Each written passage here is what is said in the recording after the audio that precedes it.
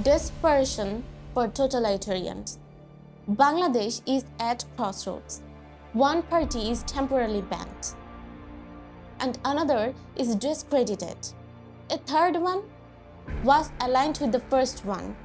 Somehow, this pattern doesn't look like democracy. What do these moves tell us? They tell us of desperation for totalitarian power. The elimination game. First, Awami League is temporarily prohibited. BNP, we cannot trust it. BNP is not trusted. Jatiyo Party was once alliance with the Awami League, so should be prohibited. What is left? A vacuum, a stage with no real players. Is this a democracy, or this is a scripted game to remove choices until one voice remains? The Jamaat question. Some argue Jamaat should be banned because of its role in 1971. History is history. But then what about BNP?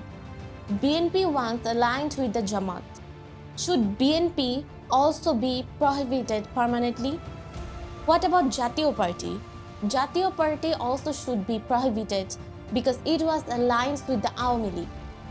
Jamaat should be prohibited because its role in 1971. BNP should be prohibited because it was aligned with the Jamaat. Awami League should be prohibited because it was also aligned with the Jamaat. Where does this logic stop?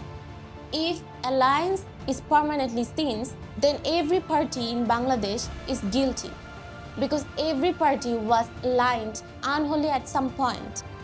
Desperation for totalitarian.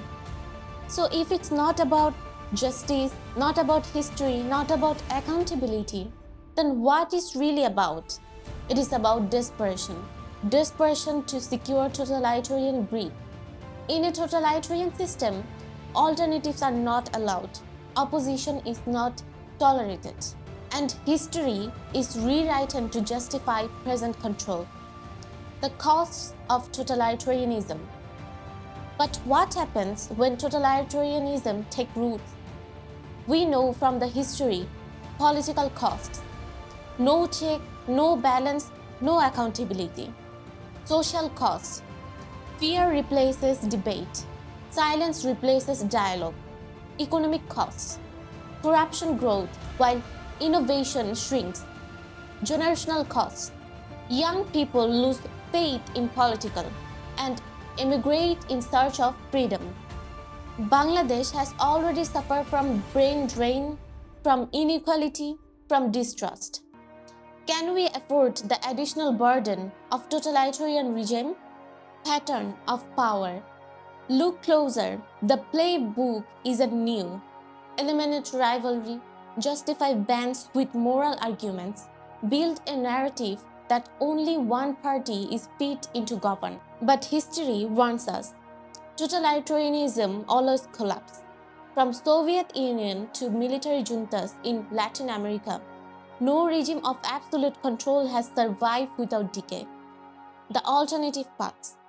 If Bangladesh avoids totalitarianism, what is the path forward? Independent institutions, fair competition among political parties, a balance between history relations and present reality, respect of people's choice, not punishment for it. Democracy is messy, it's slow, it's often frustrating, but democracy allows a society to breathe. Today, the elimination of political party, it doesn't look like justice, desperate to cling to totalitarian control. But history told us something else. Totalitarianism always collapses. It doesn't last. It's collapsed under its own weight. But the real question for Bangladesh is simple. Will we learn from the history or we will repeat it?